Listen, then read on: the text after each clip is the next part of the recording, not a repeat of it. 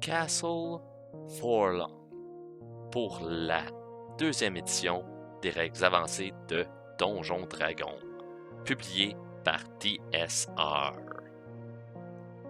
Dans un temps où il n'y a pas de superbes aventures venant de Wizards of the Coast, les joueurs doivent chercher dans une panoplie de publications third party.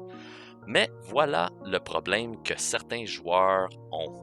Ils ne cherchent pas dans la bonne édition. Voilà que je vous dis qu'il y a un nombre presque infini de superbes quêtes et d'aventures datant des années 70, 80 et 90. En voici une des très bonnes que j'ai eu la chance de lire, Castle Forlorn. Sûrement je le dis mal.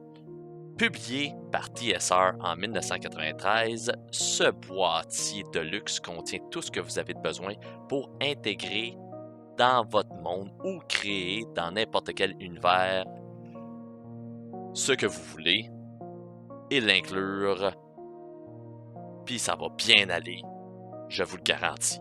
Initialement conçu pour Ravenloft, Castle Forlorn est non seulement facile à prendre et à placer n'importe où dans votre monde actuel de jeu, comme j'ai dit, mais il est également facile de simplement commencer directement dans cet univers.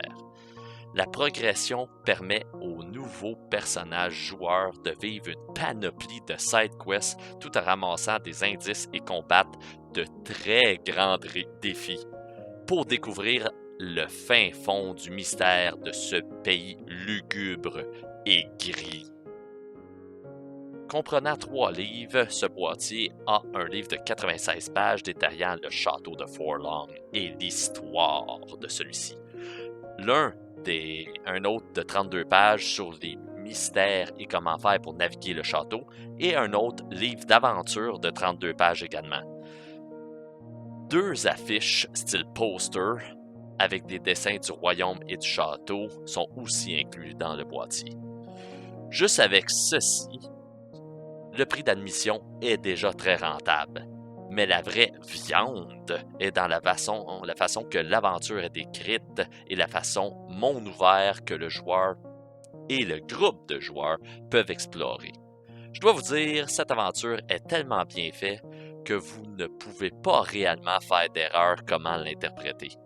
Il y a un usage quasiment infini et apporte toujours quelque chose de nouveau, peu importe le nombre de fois que vous y jouez.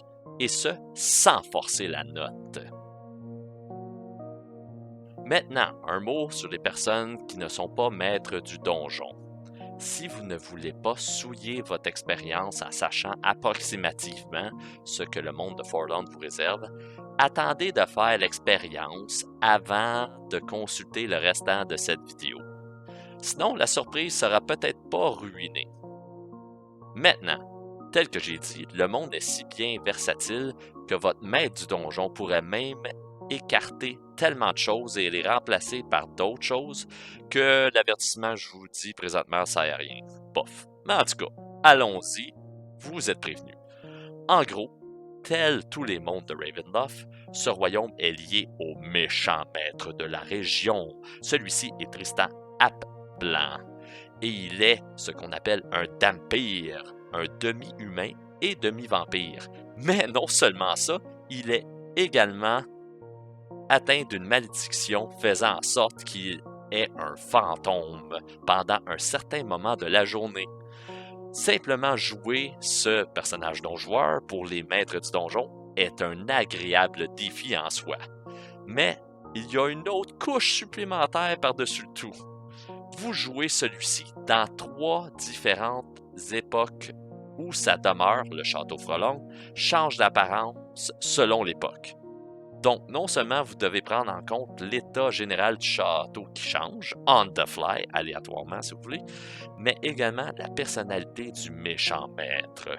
Donc, imaginez que l'époque change du plus récent, vous avez rencontré Tristan en forme fantomatique. La nuit, à un passé lointain où il fait jour et il est en forme humain-vampire. Mais celui-ci du passé, vous ne connaissez pas. Vous avez juste rencontré celui-ci dans le futur.